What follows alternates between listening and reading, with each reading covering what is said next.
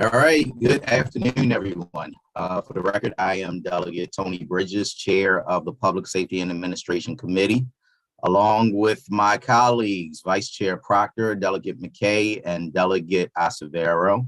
This is the Public Safety and Administration Subcommittee hearing. We've got 5 agencies that we are going to hear from today.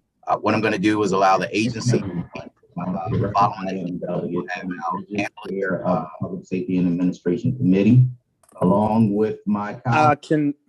Chair, can someone please mute their thing? We're getting some kickback on your voice there, Mr. Chair. Sorry. No problem. I like hearing my voice sometimes. It's a good voice. It's a good voice. I'm just saying we don't want no kickback. I appreciate that. Yeah, if you all can put yourself on mute until you're asked to speak, I'd appreciate it. What we're going to do is start with the start with our analysts who'll give an overview of the agency. Following that, we'll ask our members if they have any questions. After the questions, we'll turn it over to the agency. For the agency representatives, if you can address any of the comments that we have from the analysts first, before we move on to questions, I would ask you to do that. We are going to go in order of Board of Public Works, then the Executive Department of the Governor, Property Tax Assessment Appeals Board, Maryland Department of Emergency Management, and then the State Department of Assessment and Taxation. And so with that, I will start with the Board of Public Works, and we'll have Mr. Patrick Frank give us the analysis.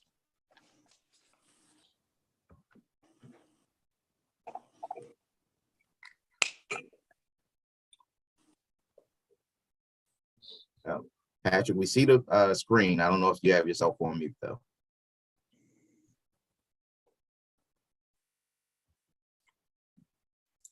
Okay, now I'm back. All right. Yes, I was going to say here. This shows our standard chart, which shows 21 actual spending, the current 22 budget, and the proposed 23 budget. The changes that you see, we'll talk about this later, generally have to do with the grants that are given and the changes in the levels that the grants are getting. There was some activity in 2021 in the contingent fund that I should make you aware of. The total fund had $657,000 in it. $327,000 went to erroneous conviction incarceration grants, and there was a $250,000 grant to the Korean War Veterans Memorial Foundation, and $80,000 was returned back to the general fund. This budget does have 3 deficiencies. One of them is about $1.3 million, and that is additional judgments that for the erroneously convicted that have been awarded by the Board of Public Works.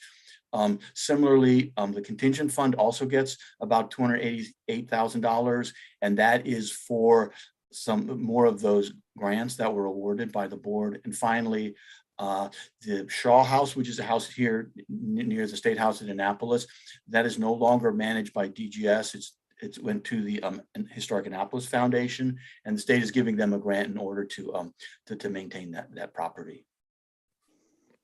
Spending by program, as you can see here, about 90% of the spending is for the different grants that I mentioned earlier. 10% is for administration of the wetlands program and the office's administration. Here, this shows again, you see all these big numbers here. These are the changes. Basically, what's happening is there were some grants that were trimmed a little bit during the pandemic, and these grants are being increased again. That's the Zoo, Historic Annapolis, in Western Maryland. There also is a new grant for the Justice Thurgood Marshall Foundation, which I'll talk about in a minute. And there's just some cash flow changes in some of these erroneous conviction grants based on need. As I said earlier, there is a new grant for this. This would be the Justice Thurgood Marshall Center. It would support creating a national park in the Justice's former school. It's public school number 103. And the National Park Service has some criteria, which I mentioned here, that must be met in order for this to become a national park. I think the most interesting of them is the second one here, and that this should represent a resource that is not adequately represented. I thought to myself, I'm not an expert on all the national parks, but this is a new idea that I haven't come across. Like I say, I'm not saying I've never seen or seen all of them, but that was kind of intriguing to me. So what the state is doing is providing some funding for this in order to help the process along. There are two issues in this analysis. The first is the zoo, and the second is the erroneous convictions.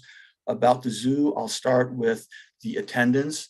The black line here is the long-term trend.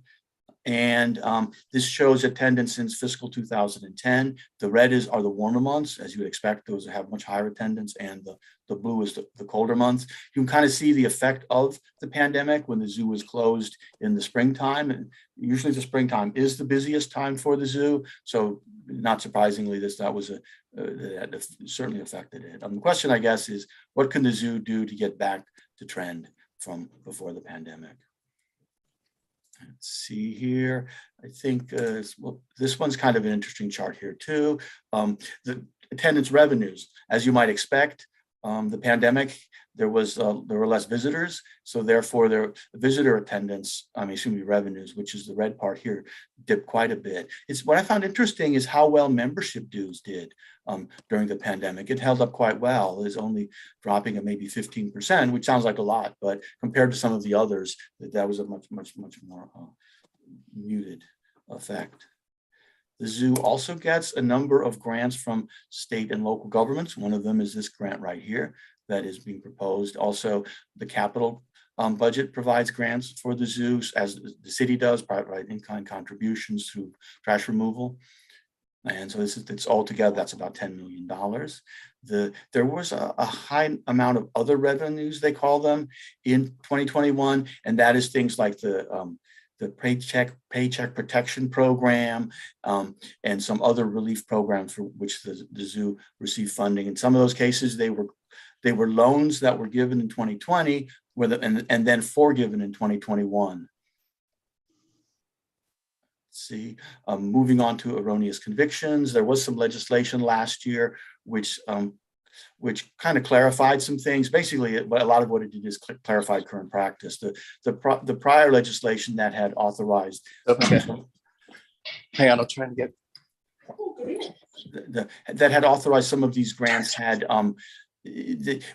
did not have some very clear language, and as a result, some policies were adopted that were using this. A lot what this legislation did is just clarify and codify those practices. One of them is that the individual gets for each year they're in prison, they get the equivalent of the median household income of Maryland. And so if they're, say, erroneously incarcerated for 10 years, they get 10 years of median income. They also get some other benefits because these individuals, in many cases, have been 10, 20, and 30 years incarcerated. Adjusting, obviously, to the world now would be quite difficult. And so there are other benefits that are given to them. Last point I'll make about this is just to show you what the spending has been in this program. These are for the ones that have been awarded so far. I believe there are two more still out that qualify that have not been awarded. So this number probably in the out years probably will be larger as more eligible individuals present themselves and get their grants approved. There are two recommendations. The first is the zoo's annual language, with which the zoo concurs. 1 year we neglected to put this in the analysis, but the zoo still gave us the data that we were asking for. This just is financial data and quarterly attendance reports. Without that data, there would be a very short discussion of the zoo because I wouldn't have anything to tell you. Also, the Thurgood Marshall project is quite interesting, and this narrative here asks that they update us in early December about how the project is coming along and how the program is doing and how it's doing. And with that, I will conclude my remarks and take questions. Thank you very much, Mr. Frank. I will start with just one question, just going back to the zoo. And it looked like in 2021, the visitor revenue had been the highest that it had been in a few years.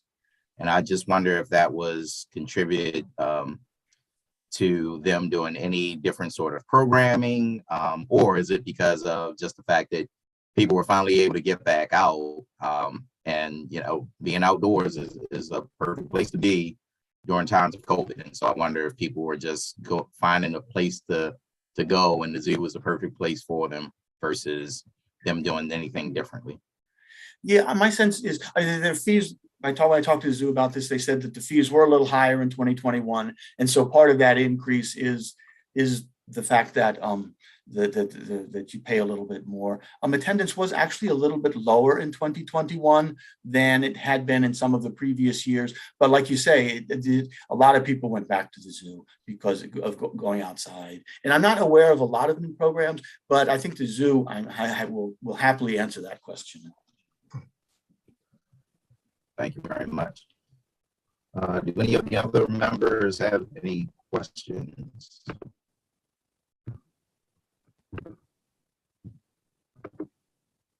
Seeing none. Okay. Thank you very much, Mr. Frank. And with that, I think we'll turn it over to the Executive Secretary, Mr. Guntram. I know there are a number of people that you have with you as well. If you want to start with your opening remarks and also introduce any members of your panel, the floor is yours.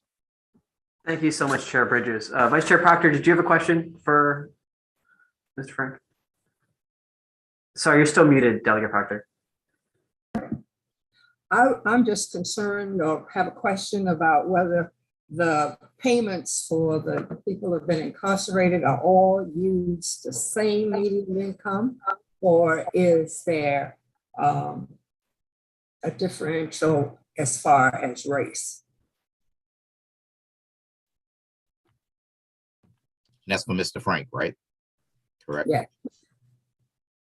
Okay, yes. The way the formula works is they go, I forgot which exactly data set they use, but I think it's the community survey. But what they do is they figure out what the median income is in Maryland, just of all people.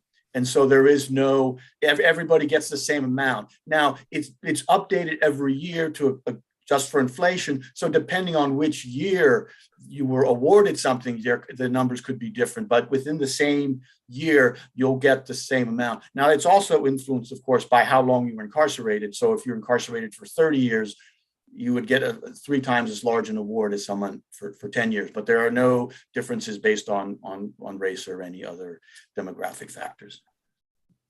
Thank you. Thank you, and my apologies, Vice Chair. I must have missed your hand as well. And so if there are no other questions again for the analysts. All right, Mr. Guntram, the floor is yours. Thank you again, Chair Bridges. Chair, and good afternoon, Mr. Chair, Vice Chair Proctor, Delegate Acevero, Delegate McKay. Great to be back with you. John Guntram, Executive Secretary of the Board of Public Works. I want to start by thanking Mr. Frank for such a thorough and terrific analysis, as always, of the board's operating budget. We do have representatives from the named operating budget grantees with us this afternoon from the Maryland Zoo in Baltimore, Historic Annapolis, the Western Maryland Scenic Railroad, and the Justice Thurgood Marshall Center. I'll be very brief out of respect for the committee's time. Conceptually, the board's operating budget can again be separated into 2 categories: the pass-through funds to those perennial grantees, as well as the board's contingent fund, as Mr. Frank described, and payments to erroneously convicted individuals. That comprises about 90% of the board's operating budget. The remaining 10% is the board's operating funds, and which are relatively static year over year from last year. Not a whole lot of change there. Again, out of respect for the committee's time, I'll stop there. Mr. Frank did an excellent job summarizing our proposed budget for FY23. Mr. Chair, at the appropriate time, I'm happy to answer any questions. Thanks. Are there any questions? Members, if you could raise your hand. No, sir. Yep. If not, Mr. Guntram, if you want to introduce the rest of your panel, we may have questions for your panel. Okay, fantastic. Well, moving to the board's perennial operating budget grantees, let's start with the Maryland Zoo in Baltimore, if we could. I believe we have Mr. Kirby Fowler available. Yes, I'm here. Hello. Greetings. Greetings, Mr. Chairman. It's nice to see you again, and members of the subcommittee. I'd like to share that Diane Hutchins, our Vice President, is here with us. You all know Diane very well. And also just quickly want to thank John Guttram, Patrick Frank, and the Hogan administration for their support, as well as your support previously from your committee and the General Assembly. If I could, very quickly, Mr. Chairman, you had the question about attendance. And thankfully, attendance is starting to trend upward. If you look at general admission as well as member attendance, we have hit one of our best years in the past 10 years. We are low in terms of student field trips, but if you add in the virtual trips we've been providing to the public school students of the state, actually you'd see how strong we are compared to other years. So we've been doing well in that regard. Previously, over the past year or two fiscal years, we've added some new elements like zoo lights, a holiday festival, also more animal experiences to draw people in. Going forward, you'll be the first to hear this. My marketing committee will be upset with me, but we are going to have dinosaurs, robotic dinosaurs in the back part of our zoo, and it'll be an educational experience for everyone. We'll probably emphasize climate change and how it's impacted us and how it impacted them. But anyway, I also think the fact that we're an open air environment has helped us. I'd like to think it's all because of our performance. A lot of it is, but also being the open air environment helps us, I think, quite a bit. If you have any additional questions, I'm happy to answer those. No, that's great to hear. I'm glad that you all are still bringing folks in, and even though school kids haven't been able to come by bus, you're at least doing things virtually as well. So I think that's great. Yes. Yeah. Any other questions for Mr. Fowler in the Maryland Zoo? Thank you. Good work. Thank you. Great. Thank you very much. Appreciate your support. Chair Bridges, the next of the board's grantees is present today as the board's newest grantee. As Mr. Frank was describing, the Justice Thurgood Marshall Center. We have the Reverend Dr. Alvin Hathaway with us this afternoon.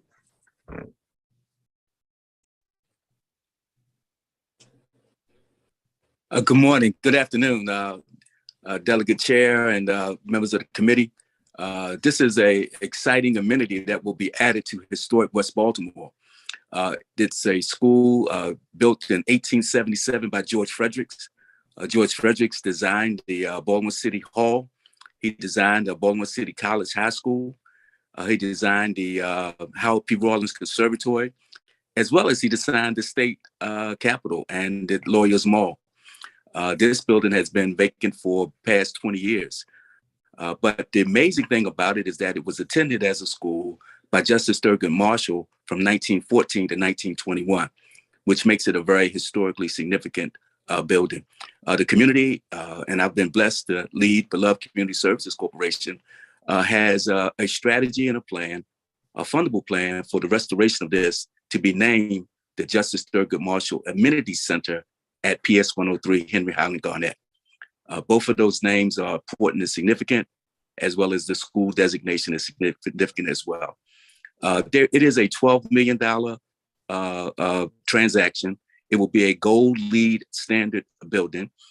It will have amazing cultural significance because of Justice Thurgood Marshall and his efforts in the field of legal services and civil rights.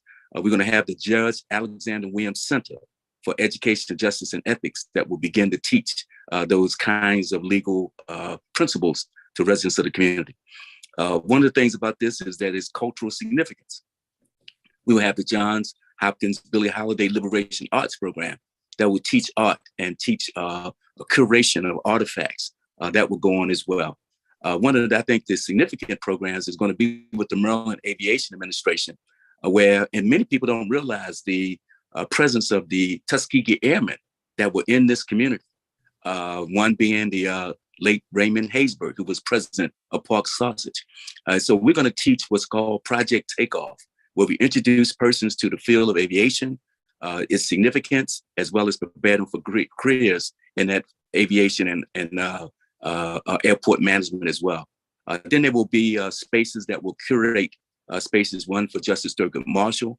We're working with Professor Larry Gibson on that in the Marshall family. We will bequeath the campaign memorabilia of Congressman Elijah Cummings. We're going to recreate his campaign office there. People will come in and learn about his era. There will be, we have his tapes. We have his audio as well as visual tapes. People will hear his booming voice. You are better than this when they go into the room. And then there's going to be other luminaries from that community will be recognized and remembered in this facility. It's going to have an economic component. We know that there will be a gift shop and an art shop that will be curated by young entrepreneurs in that community. We'll teach them the business management of a gift shop management and allow them to have the benefit of those proceeds. I think the final thing that is amazing, Congressman Elijah Cummings, of which he and I were dear friends, introduced in May 2019 legislation to have PS 103 be under study by the National Park Service. That study has been conducted. They are now writing that study. I have an upcoming meeting with the National Park Service, and it looks like as if with the introduction of legislation by Congressman Mfume and Senators Van Hollen and Cardin, that this very well will become an asset of the National Park Service. The significance of that to Baltimore would be that now Baltimore will have two assets, Fort McHenry and PS 103. And I've been proud and pleased growing up in that community to be a part of this project. And we do thank the support of yourself, the governor and administration for believing in this project and helping us bring it to fruition. Thank you, Dr. Hathaway. That it really does sound like a great opportunity for the city of Baltimore and the state of Maryland. And I appreciate all the work that you've done. I just thought that when you retired from your work on the pulpit, you were going to slow down. And obviously that has not happened. So I think we all definitely appreciate the work that you've done and the work that you continue to do in West Baltimore. I would say, Brother Chairman, I retired, but I am not tired. I love it. I love it. Any questions for Dr. Hathaway? If not, thank you very much, Dr. Hathaway. We definitely appreciate you being here. Mr. Chair, the next perennial grantee that's present today is Historic Annapolis. We have Mr. Robert Clark, the President and CEO of Historic Annapolis, with us this afternoon. Thank you, Mr. Gontram, and good afternoon, Chair Bridges and members of the subcommittee. As John mentioned, I'm the CEO and President of Historic Annapolis, and I'm in favor and very grateful for both the $880,100 and the $89,900 numbers that are being put forward. It will cover about a third of our operating budget, and which is what we need to interpret, conserve, and maintain 12 state of Maryland owned properties that's under our care.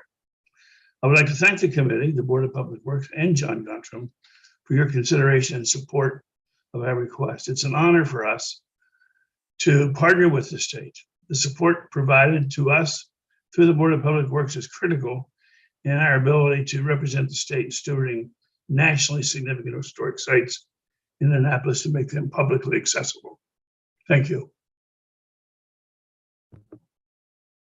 Thank you, Mr. Clark. Definitely appreciate you being here, and we appreciate all the work that you're doing in Annapolis as well. Thank you. Any questions for Mr. Clark? All right, thank you very much. Lastly, Mr. Chair, we have the Western Maryland Scenic Railroad. We have Mr. Wes Hines, the Executive Director of the Railroad, as well as Mayor Raymond Moores from the City of Cumberland with us this afternoon. Thank you and good afternoon. And thank you for allowing me to speak to you today. I'm Ray Morris. As he said, I am the mayor of Cumberland. I'm also the treasurer of the board of the Western Maryland Scenic Railroad. And I want to thank you for this opportunity. And I want to thank you also for everything the Board of Public Works and this committee has done for us in the past. Your funding has been critical for the Scenic Railroad. I'll say this, the Scenic Railroad is a key component to the city of Cumberland, Allegheny County, and the city of Frostburg for tourism. 2021 was a good year for us. We made a transition. You'll get to hear from Mr. Hines. He's our new executive director, and he's brought a new energy to the Western Maryland Scenic Railroad. I'll try not to steal his thunder, but as I'm sure you all are aware, the 1309, our steam locomotive, became operational in December and is doing very well.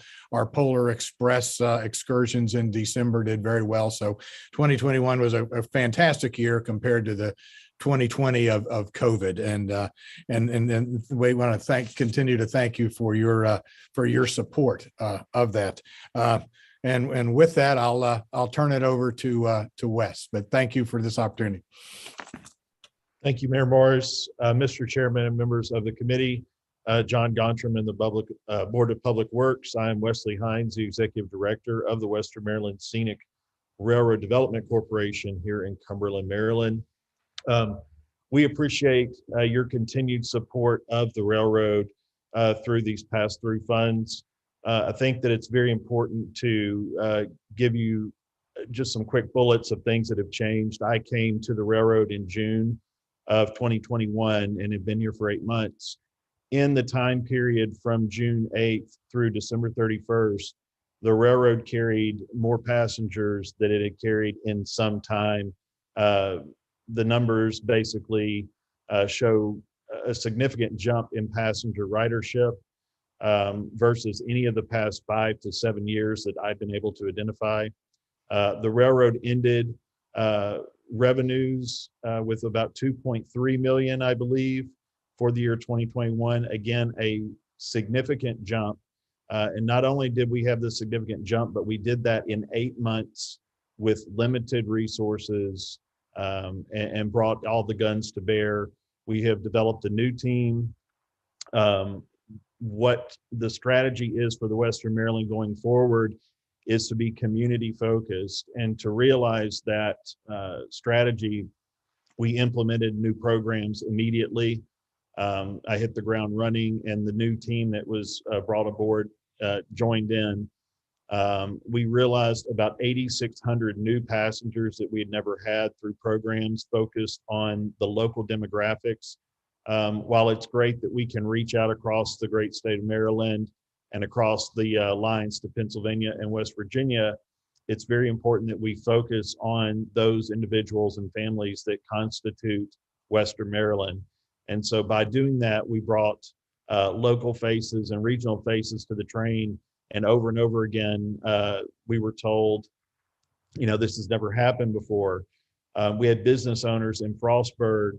We ran the Polar Express out of Frostburg, never had been done. We had business owners saying that they were on the verge of collapse had it not been for the quick interjection of funds that the railroad was able to help bring to their doorstep through bringing Polar Express and these new programs online. So the funds that you guys are providing to us are being used in a proactive way, not just on trains. Our focus now is on the community, on building our brand, making sure that we're contributing to the economic development of the area as a whole, and to the education, whether it's through school children or through our own staff. We want to further educate people so that they stay in this region and contribute to the Western Maryland economy. And for that, we thank you.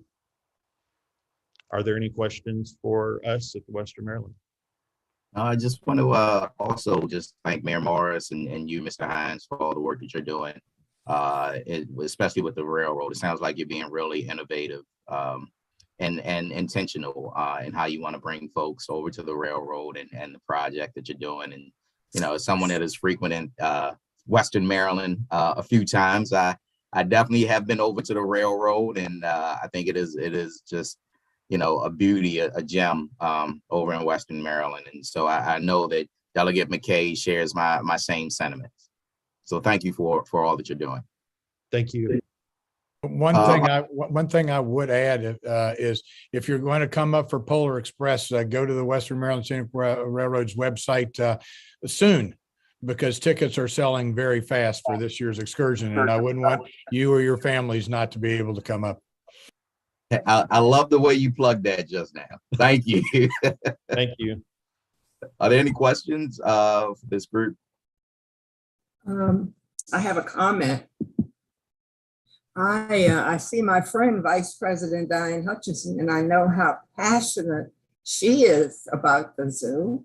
And I'm wondering if she had any comments she'd like to make. Madam Vice Chair, that's very, very gracious of you. Thank you. I think my boss actually said everything I might have said. Just to reiterate, thank you all for your support in the past, and we look forward and hope that you will give us a favorable report. Thank you. Thank you. Thank you, Madam Vice Chair. Any other questions? If not, Mr. Executive Secretary, do you have any final words for us? Just thank the committee as always for its careful consideration of our operating budget. All right. Thank you so very much for being here. Definitely appreciate it. Thank you. Conclude the hearing for the Board of Public Works. We will now turn it over to the Executive Department of the Governor, and we'll start with our analyst, Mr. Caleb Weiss. Thank you, Mr. Chair. I'm going to go ahead and share my screen here with the analysis document.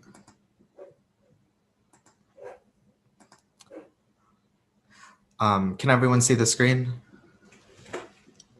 To start the budget presentation today, we have the operating budget summary.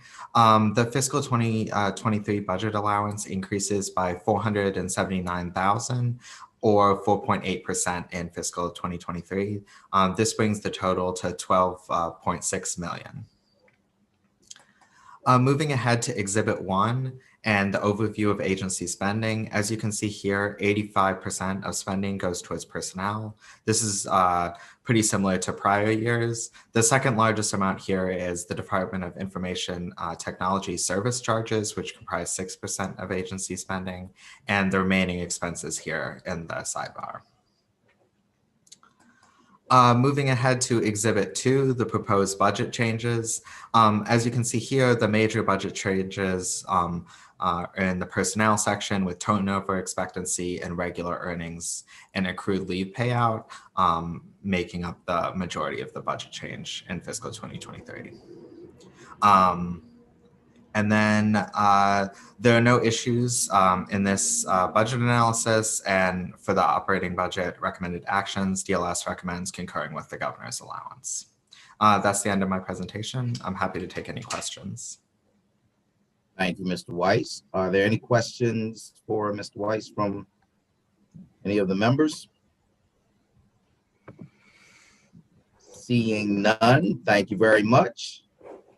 We will now turn it over to Chief of Staff of the Governor's Office, Ms. Alcivar. Thank you, Delegate. Thank you to Mr. Chairman. Thank you to Madam Vice Chair and to the committee members for hearing our budget today. I'd like to recognize my colleague, Ms. Mona Vadia, who is the Director of the Governor's Office of Financial Administration, has joined us here. Either Mona or I are happy to take your questions. You have my testimony, so I won't repeat it all, but I would like to highlight a portion in there about our office's commitment to ensuring continuity. We recognize this is our final committee hearing of the Hogan administration, and we are committed to ensuring that we leave the office in a place where the next administration will be able to pick up and have a smooth transition, both on the finance, personnel, and office management standpoint. So we appreciate the committee's time and respectfully agree with the recommended action. Happy to take any questions. Thank you very much. It's your first committee hearing with me and your last. So it was fun while it lasted, Mr. Right. Chairman. Are there any questions from any of the members? All right. Well, seeing none, thank you very much once again for being here. Definitely appreciate your time. Thank you. That will conclude the hearing for the governor's office, the executive department. And we will now begin the hearing for the Property Tax Assessment Board. And we will begin with the analysis by Morgan Smith. Thank you, Mr. Chairman. Bear with me while I share my screen. Okay, hopefully you guys can see that. It's my pleasure to present the operating budget summary for the Property Tax Assessment Appeals Boards. So this should be pretty fast. The fiscal 23 allowance for the Ptab budget decreases by $4,000 to $1 million in fiscal 23. And Exhibit 1 shows the overview of agency spending. You can see that 82% of the fiscal 23 allowance is for personnel, and that funds the 8 regular positions that Ptab has. You'll also see that the next 3 biggest chunks are rent at 7%, contractual services at 5%, and other operating expenses at 6%.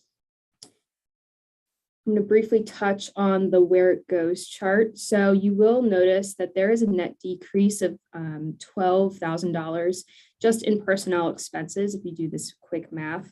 And that is partially attributed to $32,000 decrease in regular earnings. And that is primarily because there were 2 positions that were the individuals left and they rehired at a lower salary than their predecessors, resulting in a lower regular earnings. And that money is partially offset by other fringe benefits when you do the math. Touching on personnel for a second. So they've had no vacancies and no changes from the fiscal 22 working appropriation to the fiscal 23 allowance. I'm just going to talk briefly about 2 different items. So this first one is the number of assessment appeals cleared by Ptab. So you'll notice that they were declining, their case backlog was declining from 2016 to 2020, and that's on calendar years.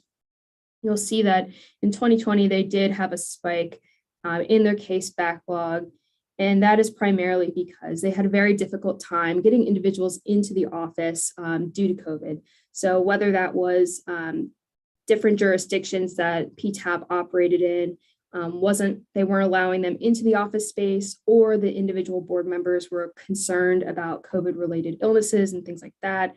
They just could not get some of these boards back together in order to process these backlogs.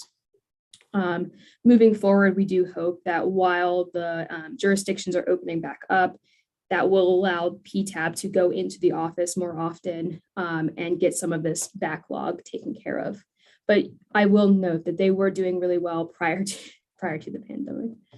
And then the next short observation is that they're doing really well in their decisions reversed by the tax court. So you may know that Ptab is actually the second level of 3. So SDAT makes some of the assessments, and then that can be appealed to the Property Tax Appeals Board, and then that decision can be appealed by the Maryland Tax Court. And so we keep track of how many decisions by Ptab went to the tax court and how many were overturned by the tax court. And you can see that in calendar 2020, both the number of appeals filed with the tax court and the number of appeals that were overturned by the tax court had declined to 5%. That's really great. That is a decline from 2016, 2017, 2018, and 2019. So they're doing great over the last 5 calendar years. And as far as our recommended actions, DLS recommends to concur with the governor's allowance. And I'm ready to take any questions you might have. All right, thank you, Ms. Smith. For the members, if you have any questions, please don't forget to raise your hand so I can call on you. But also, do you know if there are, in terms of the backlogs that they're seeing, is there a particular jurisdiction or jurisdictions that have a lot more than the others do? I believe that Prince George's County is one of the counties that has a larger backlog. And that's primarily because that's one of the boards that has had a more difficult time getting back into the office.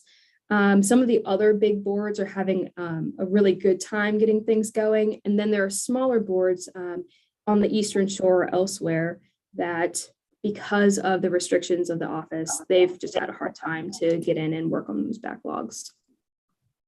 Thank you. All right. Any other questions for Ms. Smith? If not, thank you so much for your analysis. And at this time, we will turn it over to Administrator Julie Green-Price. Hi, thank you, Mr. Chairman and members of the subcommittee for your time. I am the new administrator for Ptab, and we also concur and are favorable with the analysis. And if you have any questions or concerns, I'm here to answer. And a shout out to Madam Vice Chair Great. Thank you so very much.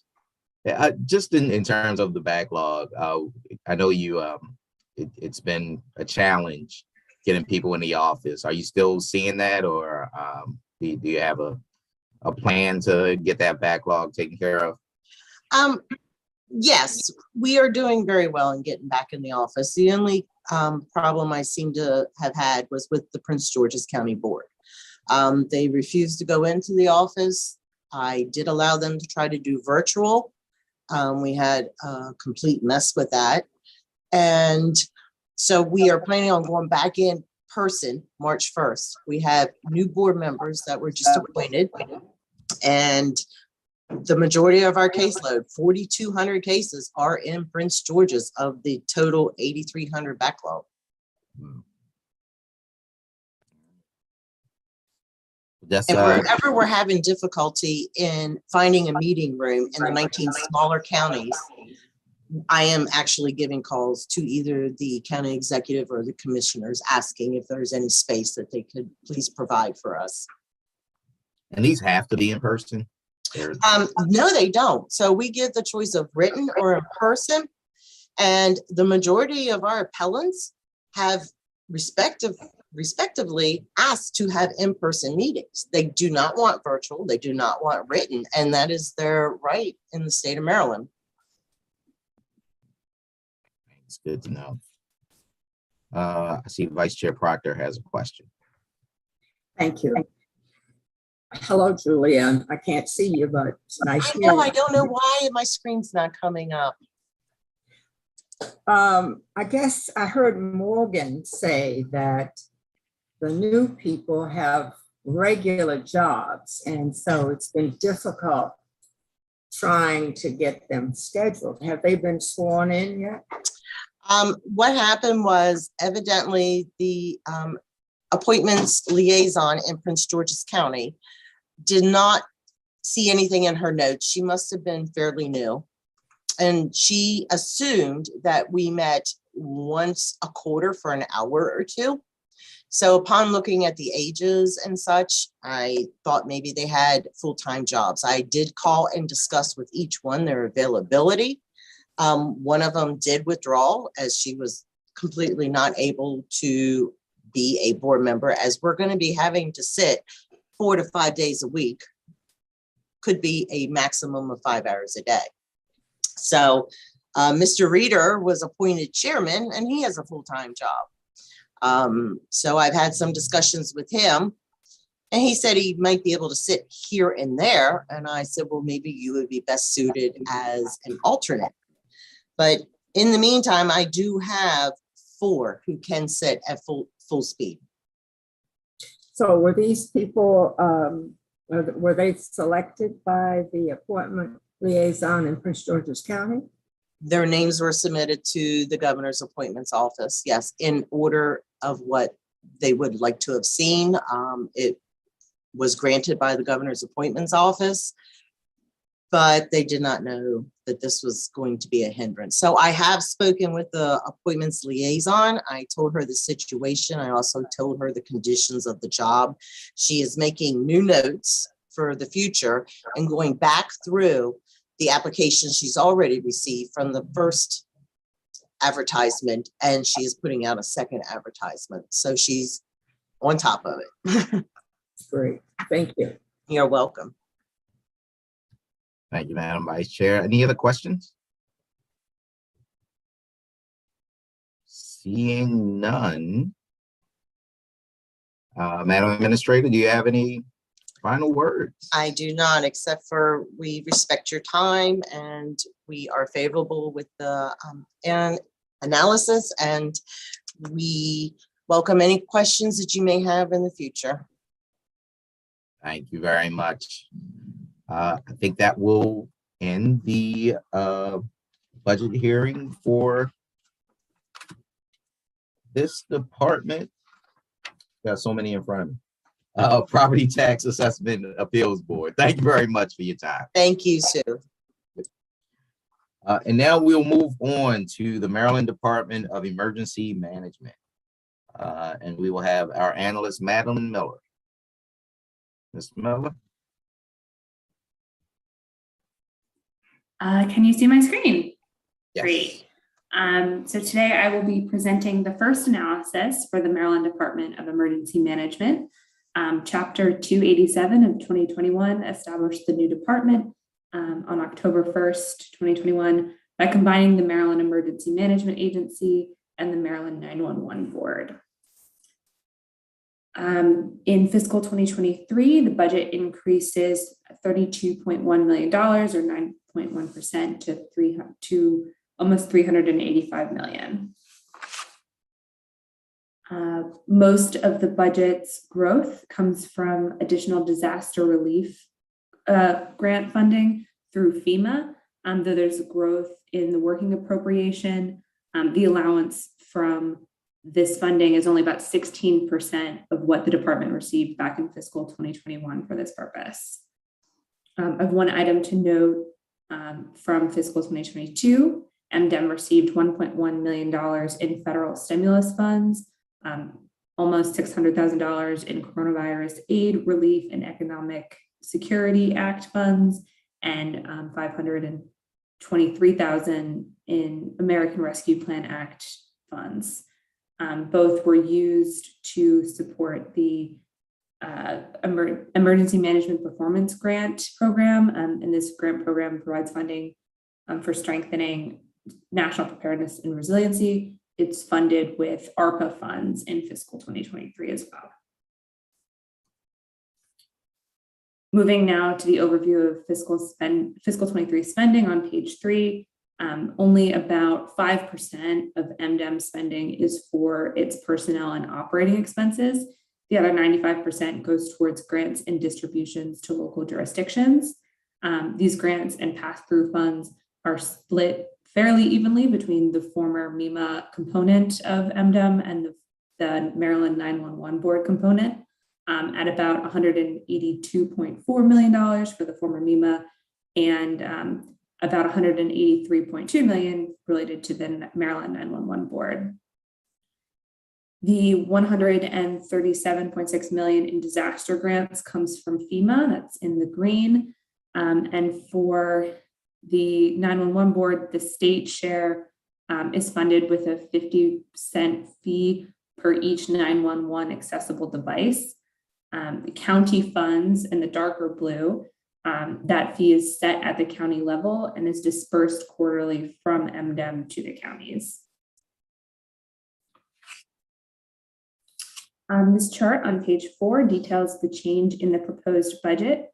As I mentioned earlier, the budget largely grows thanks to the addition of general funds, which increased by, by federal funds, which is the federal disaster relief grant funding in response to the COVID-19 pandemic, down here in the other changes section of the chart. General funds also increased, however, by 216% from fiscal 22 to fiscal 2023 for various purposes, including $4 million for the Maryland Mesonet Atmospheric Monitoring System and $250,000 for the Maryland State Firemen's Association Widows and Orphans Grant, and an additional $100,000 for the consulting services for the Maryland Food System Resiliency Council. Growth in the budget is offset by the loss of 2 contractual full-time equivalents. The removal also accounts for the reduction in reimbursable funds seen at the top of the page. I'd like to provide some additional information about the growth in general fund spending between fiscal 22 and 23. I've asked the department to share with the budget committees today in their written or oral responses some information about Maryland Mesonet, the Maryland State Firemen's Association Widows and Orphans Fund, and the Food System Resiliency Council. First, Maryland Mesonet. This is a proposed network of automated weather observing infrastructure that will provide real-time monitoring information of weather conditions in the state. DLS asked the department comment on the state's need for the Maryland Mesonet, when it could be expected to be deployed, and further identify a spending plan for the $4 million. Second, the MSFA's Widows and Orphans Fund. Public Safety Article 7-203 MSFA to provide a death benefit to the spouse or dependent child of a volunteer, fire company, or rescue squad member who's killed in the line of duty. The grant funding for this benefit grows by $250,000 in general funds in fiscal 23. Further conversations with MDEM have revealed, and MDEM reports that expects this general fund increase to be permanent moving forward. Finally, the Food System Resiliency Council consulting services are expected to cost $100,000 in fiscal 23. FSRC submitted its first interim report to the Maryland General Assembly on November 1st, 2021. A second is due November 1st of 2022. MDEM did not author this report, but it was identified in legislation to co-chair the FSRC with the Montgomery County Food Council. So we ask that MDEM comment on the adequacy of the funds to support the needs of the SFRC in the upcoming fiscal year. Moving now to personnel data, which is discussed on page 6. In addition to the loss of 2 contractual positions, which I mentioned earlier, the fiscal 2023 allowance includes the addition of a new accountant position. This position is necessary following the separation of MEMA from the military department, and positions within the Maryland 911 board do not change from fiscal 22 to fiscal 23. The key observation section begins on page 7 with a note about the tracking and reporting of COVID-19 public assistance funding. A significant portion of the state's COVID-19 response flows through MDEM or flowed through MDEM, which was about $968.8 million in fiscal 21 and fiscal 22. Currently, applicants are eligible for a 100% cost share with the federal government for COVID-19 related expenditures dating back to January 2020 and through April 1st, 2022. This is instead of a typical 75% cost share, which was originally planned. The fiscal 23 allowance includes an additional $137.6 million in MDEM's budget for this purpose, and DLS asked that MDEM comment on the amount of public assistance funding that has been obligated but not yet reimbursed from FEMA, an estimation of how much the state can expect to claim and how much reimbursement the state anticipates receiving beyond those funds discussed above, and an estimation of any potential funding, additional funds would be added to the state budget. Next to the second issue, or second key observation, now the 2021 Joint Chairman's Report required that MDEM convene the task force on preventing and countering domestic terrorism.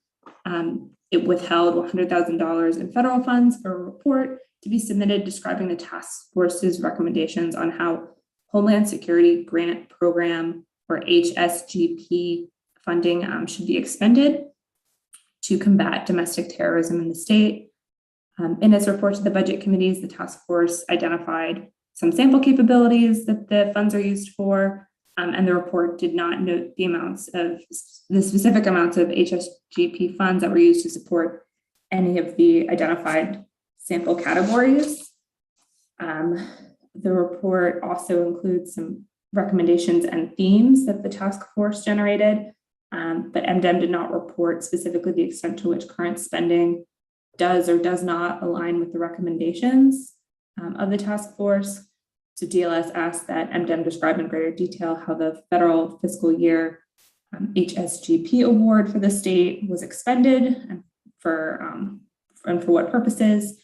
MDEM should also comment on whether it has data to measure the extent to which domestic terrorism is a threat in Maryland, and for measuring ways in which the agency makes progress in deterring and preventing domestic terrorism in the state.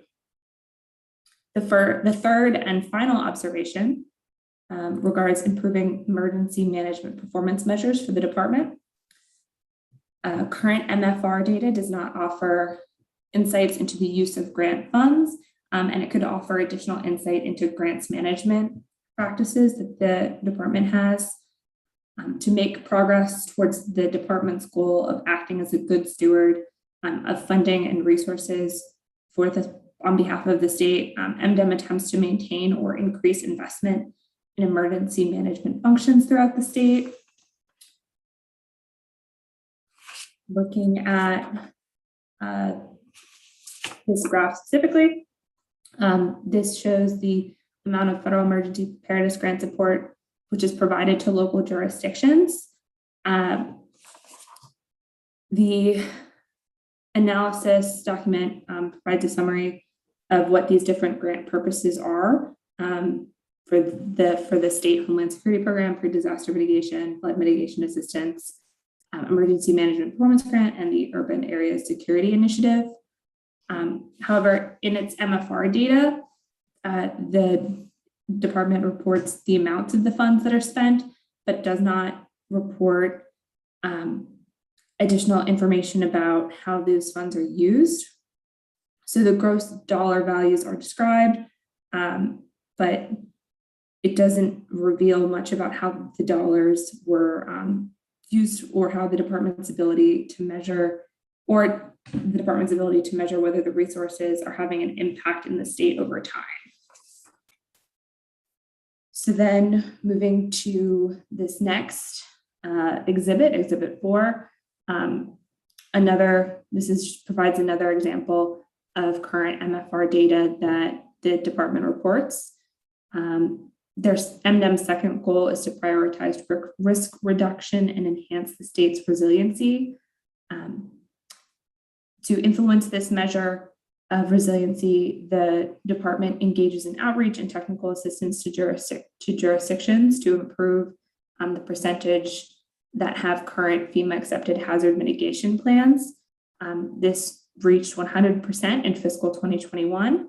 And this is an excellent thing, but presenting this data with information about recent hazards posed in the state could allow the department to demonstrate risk reduction or resiliency increases. And we asked the department comment on its success with respect to improving the hazard mitigation plans of jurisdictions and on any potential barriers to maintaining 100% rate in future years. A final note with this observation is that current MFR data could benefit from data specific to the Maryland 911 Board. MFR data has previously been submitted for the Maryland 911 Board as recently as with the submission of fiscal 2016 allowance data. However, that only had one piece of MFR data at the time. The Department of Legislative Services recommends the addition of committee narrative to require MDEM to develop more detailed Maryland 911 Board objectives and performance measures for the MFR sections of the fiscal 2024 budget books and for subsequent fiscal years. That concludes my presentation. Other than this following narrative, DLS concurs with the governor's allowance. Thank you very much, Ms. Miller. Do any members have any questions for the analyst? Seeing none, thank you again. Oh, I'm sorry, Delegate McKay. I was just going to say, no, sir, I don't. I'm sorry. No problem. All right, well then, seeing none, we will now turn it over to Acting Secretary Strickland. Thank you again, Ms. Miller.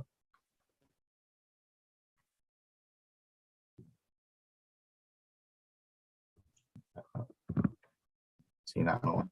Oh, you're on mute. So I'll rewind and start over again. First off, thank you to Chairman Delegate Bridges, and also recognizing Delegates Proctor, Acevero, and McKay, and for having me here today. And a very special thank you to Analyst Madeline Miller. She's been very gracious and understanding with us during this process, particularly since it marks our first budget hearing as a standalone department. Our mission in emergency management is to proactively reduce disaster risk and reliably manage consequences through collaborative work with Maryland's communities and partners. This past year, the Department of Emergency Management has demonstrated our ability to coordinate whole community efforts to accomplish this mission time and time again. I'm pleased to update the committee on these activities and respond to the issues raised and recommendations contained in the operating budget analysis prepared by the Department of Legislative Services. We did provide written comment on each of the recommendations and comments that were made, and we basically broke that down that there were 2 recommendations. We accept those wholeheartedly, and we will do that in the future. And then there were 5 comment areas of which we did provide comment, and again, appreciate the comments that were made to us so that we can improve in each of those areas. So I'm really prepared to answer any specific questions you or the committee may have in any of those areas or anything about our new department. Thank you, and I definitely appreciate you being here. I do have one question just about the can't think of the name of the system, the weather monitoring system that you're putting together.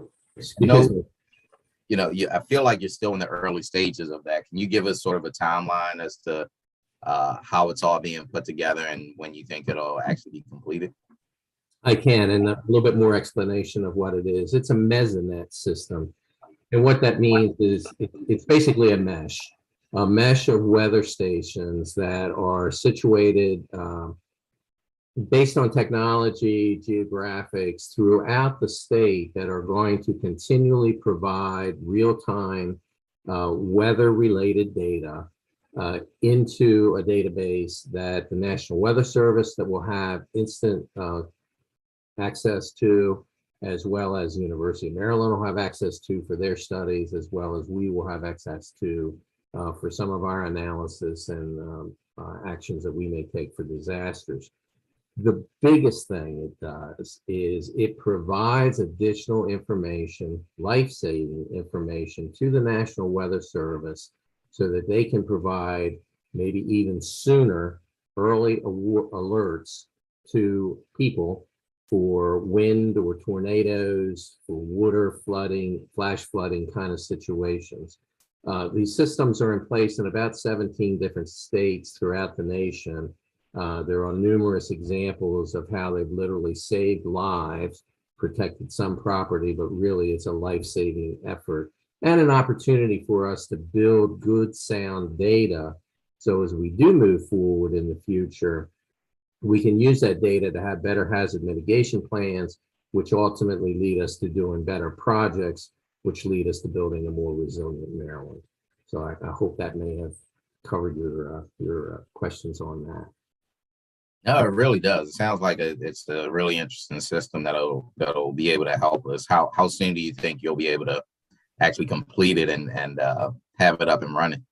Well, our goal is that it would be in operation, full operation, probably by June of 2023. So it'll take time, obviously, to do all the background work, have contractors on board to do the necessary installation, testing of the systems, that kind of thing. But it projected would be June of 2024. All right. Any other questions for Acting Secretary Strickland? Seeing none, I just want to thank you for your first budget hearing with us, or with me at least. Hopefully, many more to come. Right? I agree. Definitely appreciate it. Thank you for your time. I don't know if you have any closing statements. No, just thank you all very, very much for the opportunity and helping us as we truly do collectively try to build a more resilient Maryland from crisis and disaster. So it's important. We appreciate it. Thank you. Definitely important. Thank you. Thank you very much. So that will conclude the hearing for the Department of Emergency Management.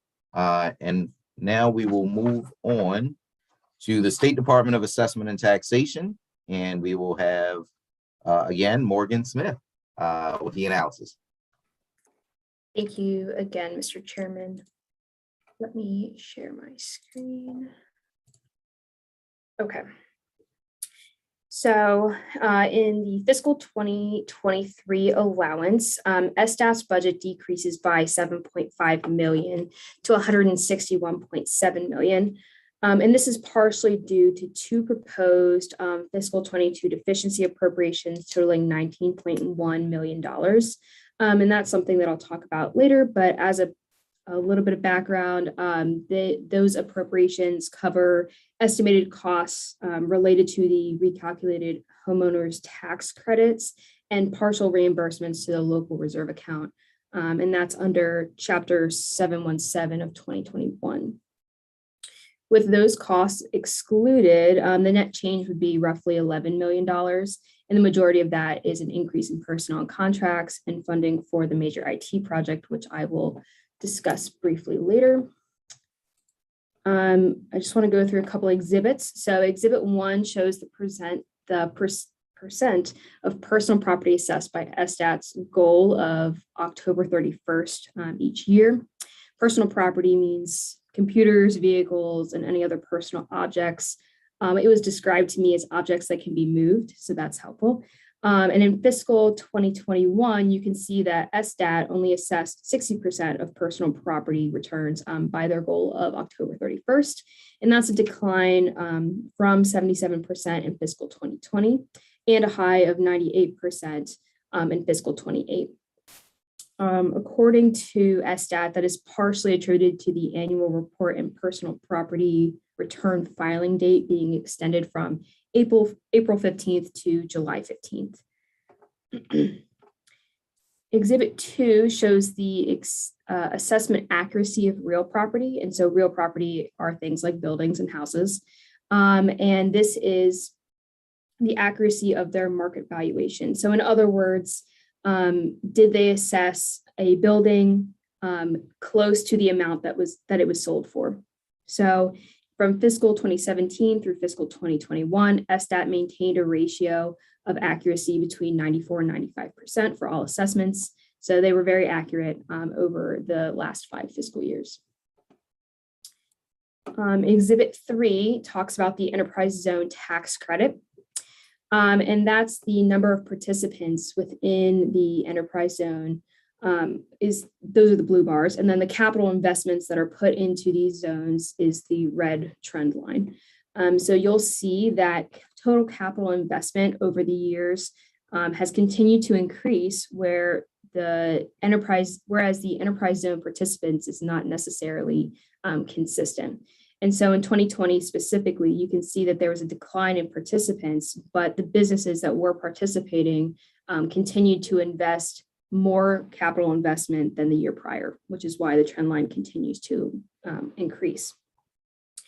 And so this is actually the enterprise zone tax credit is actually run by the Department of Commerce, but SDAT crunches the numbers, provides the payouts, that kind of thing, which is why it's here. But SDAT's goal related to this chart is to continue to see an increase in capital investments and an increase in participants. So for 2021, they succeeded in both of those. And just another exhibit. So SDAT provides the ability for their customers to provide feedback. And they give them a form that then they determine the level of satisfaction versus dissatisfaction that their customers are reporting. So from fiscal 2017 through fiscal 2021, you can see the total number of forms received and the percent of respondents that were satisfied. From 2019 to 2021, you do see a decrease in the number of forms that they are reporting having received, and that's primarily due to their offices being closed. So they weren't able to give out paper forms, and that obviously resulted in a decline. And another thing to note here is that the percent of respondents that were satisfied decreased from 99% in 2020 to about 84% in 2021. It is a huge drop, but I will say that their goal is 85%. So they were really close to meeting their goal in 2021, despite it being at 84%.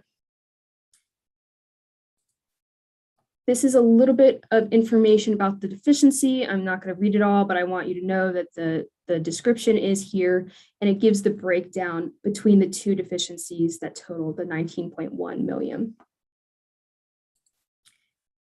This exhibit shows the overview of agency spending. And so you'll see that the vast majority of the 23 allowance is for tax credit programs at 60%, and the next biggest chunk is personnel at 29%. I'm going to break this down further to show you the agency spending by function. So you'll still see in Exhibit 6 that the tax credit program is still a big chunk of the overall spending, but this pie chart gives a little bit of a clearer understanding of how much money is going towards assessments, and that's about a quarter. And then the rest is for the charter unit and administration and IT purposes. And then breaking it down one more time, Exhibit 7 shows the breakdown of just that tax credit piece of the pie chart. And this shows of the spending for the tax credit programs, the homeowners tax credit takes about 2/3 of total funding at 67%. And the smallest tax credit is the renter's tax credit at only 5%. I'm going to touch on the proposed budget just briefly.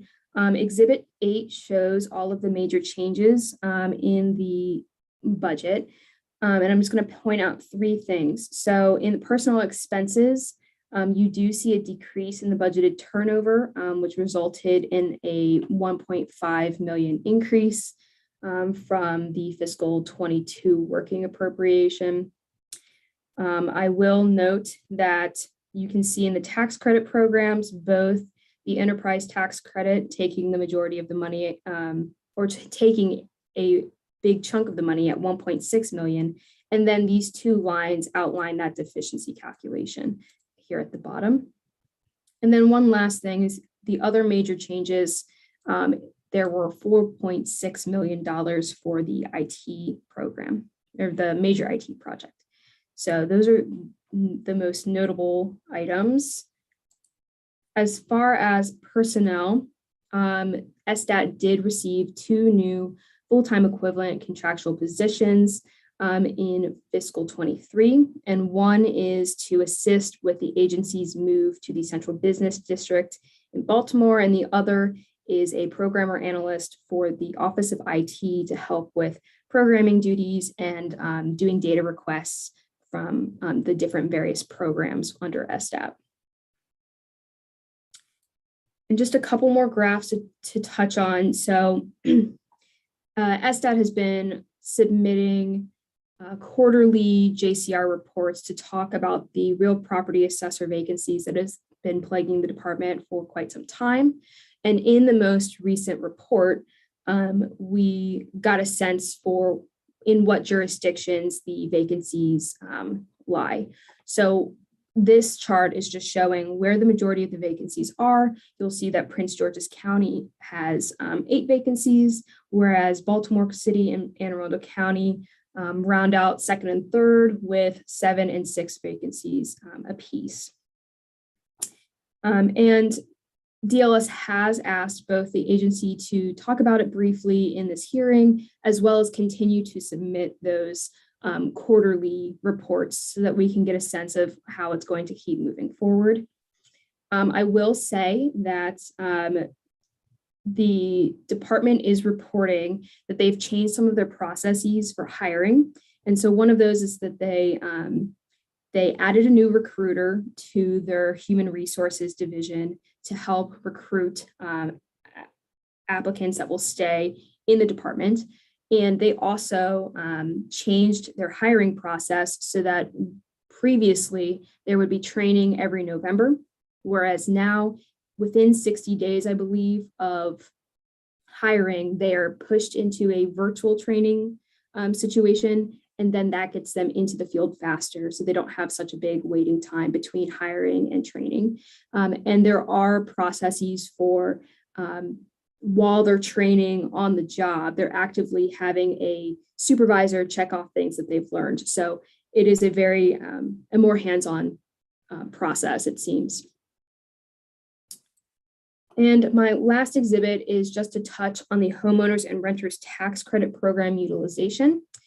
And so I just wanted to note that they did see an increase for both the homeowners and the renters tax credit programs in the total number of applicants from 2020 to 2021, but they have seen a decline in both programs of actual eligible applicants. So we've asked DLS, or DLS has asked SDAT to submit a report explaining the reasons for this decline in applicants that are deemed eligible, and just give a little bit more background on what that eligibility looks like and why the decline is happening.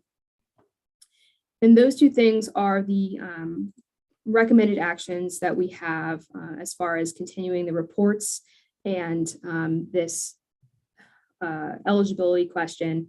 We do have two appendices that I will just let you look at your leisure.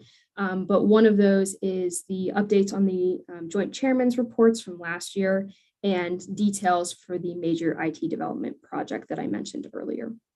And with that, that concludes my presentation, and I'm happy to take questions. Thank you very much for your analysis, Ms. Smith. Are there any questions? Recognizing Vice Chair Proctor. Thank you very much. I'm sorry I didn't write down the name of the slide, but there was an indication that there had been recalculated taxes, I think, for homeowners to the tune of 9,000 and something. Could you talk about that a little bit? Absolutely. Let me share my screen again. So that was the deficiency appropriation, I believe, that you're talking about. So the deficiency, there are two proposed deficiencies in the fiscal 2022 that are in this budget. So they are, there's two. So one is 9.2 million, and that's general funds to be used to fund the repayment of the local reserve account by 14/15 of the total estimated homeowners tax credit refund amount. I apologize for reading that from the screen, but it's a mouthful. That's not the slide I saw. It actually. Okay. Do you know? Let's see. It was broken down. I don't. Maybe. Was it a graph? No. It wasn't a graph. It just had a just a line item like this one. No, they were just statements, and they had one that talked about that. So I do have, I don't know if I showed it on the screen. I'm going to scroll for a second. This little blurb about the local reserve account. And then this talking about the deficiencies for the homeowners tax credit refund amount. And how does that affect the homeowners? So the homeowners are still getting their tax credits and they're paying out. And then in the budget, I believe in Chapter 717 of 2021, it requires that the Department of SDAT is repaid to refill that amount. I think the agency can talk on it a little more intelligently, but I'm definitely willing to get back to you with that information as well. Okay, thank you. You're welcome. Thank you, Madam Vice Chair. Are there any other questions for our analysts? All right, seeing none, thank you again, Ms. Smith. I will now turn it over to our director, Mr. Michael Higgs from the State Department of Assessment and Taxation. Good afternoon, Mr. Chairman, Madam Vice Chair, members of the committee. Thank you very much for having us today. I am Michael Higgs, Director of SDAT, and with me is our CFO, Christina Trotta.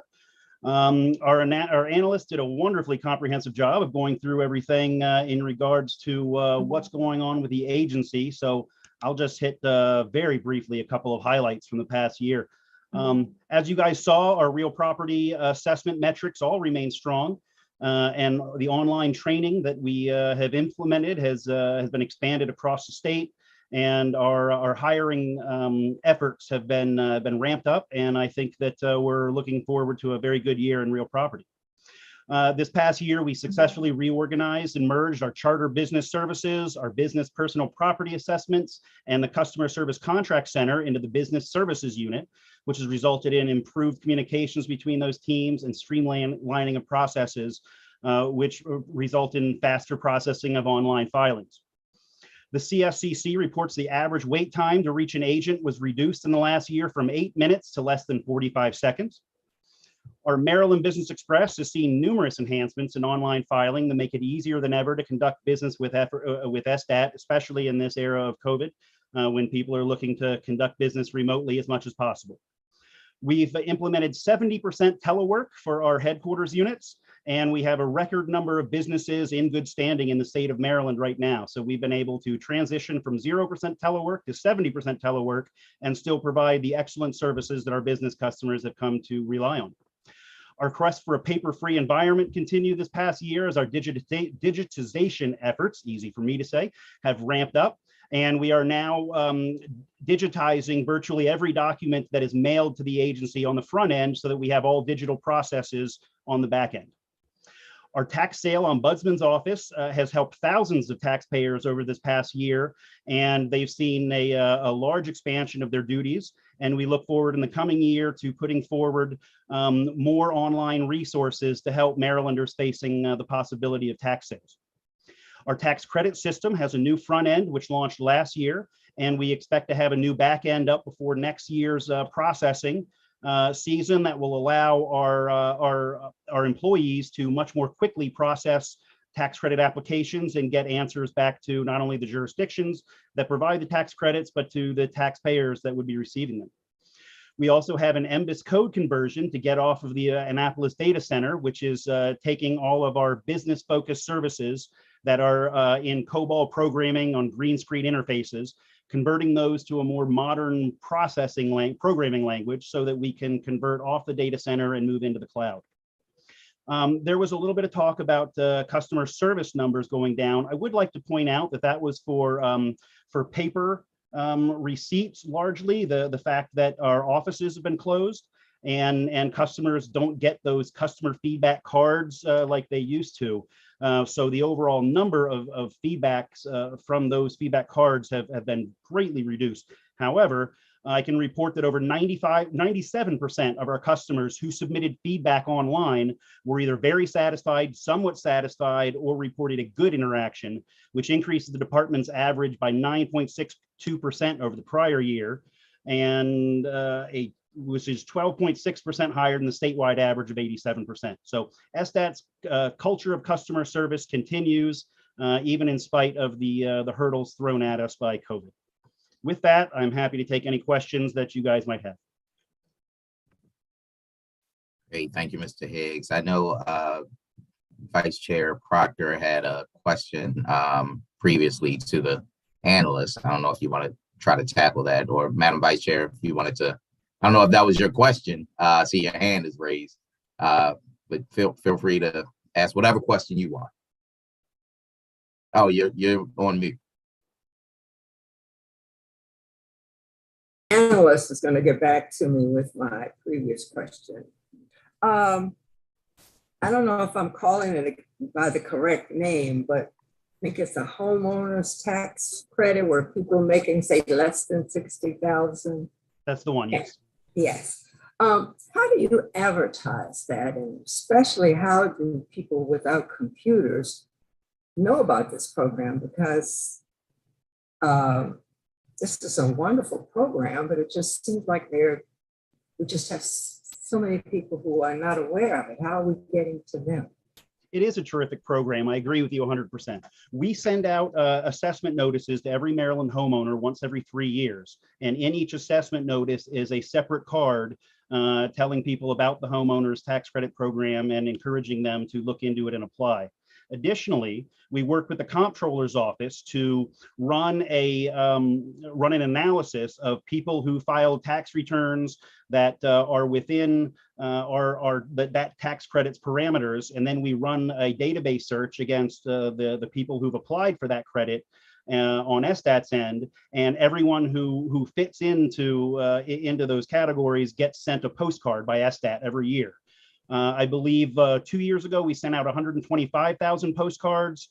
Last year was 111,000 people met the criteria to get a postcard. So we are continuing that annual postcard mailing every year with every Marylander that we can identify that meets the parameters of that. Additionally, we work with a great deal of social service groups in helping them with outreach, and we educate their counselors on all the different programs that that Maryland has, especially that SDAT provides to help homeowners stay in their homes in the face of rising property taxes.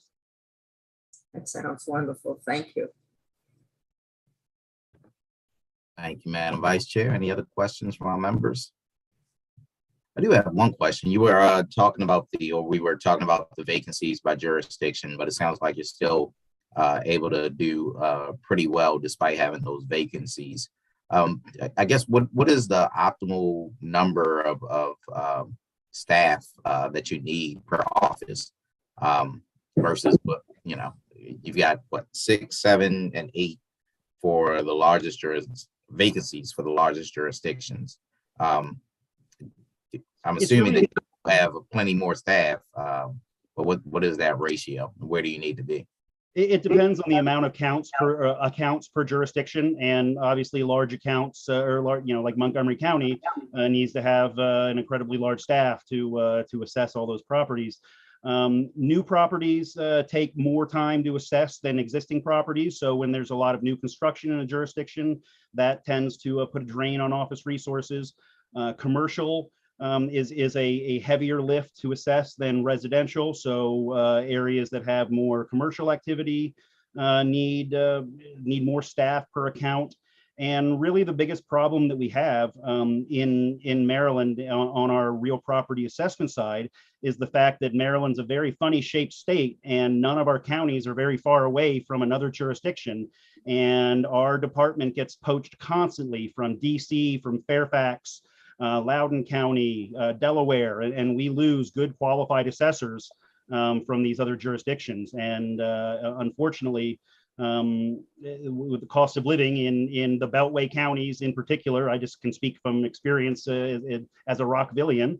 It's very expensive to live and work in Montgomery County, and when these guys can get paid more either by the county government, which happens with our our clerks quite a bit, or get paid 50 cents more on the dollar by Fairfax or DC for assessment work, it's easy to see why we're losing people. But that said, our metrics are still extremely high. We've redoubled our recruiting efforts. We've invested a lot more in training, and we're gonna keep up no matter what kind of curveballs get thrown at us. Good to know. Delegate McKay. Thank you, Mr. Chairman. Mr. Higgs, I just want to say thank you for working with us in Western Maryland and trying to work through the algorithm of identifying tax records. And I know it was a big heavy lift with Senator Edwards, Beitzel, and Buckle, and myself, and in Garrett and Allegheny County. You guys did a yeoman's job of trying to explain something, to be perfectly honest, over and over and over. You guys were consistent. We were just a little thick-headed. So I think that's because of all our trees up there. But thank you again, Mr. Higgs. Thank you, Delegate. The trees or the air, Delegate?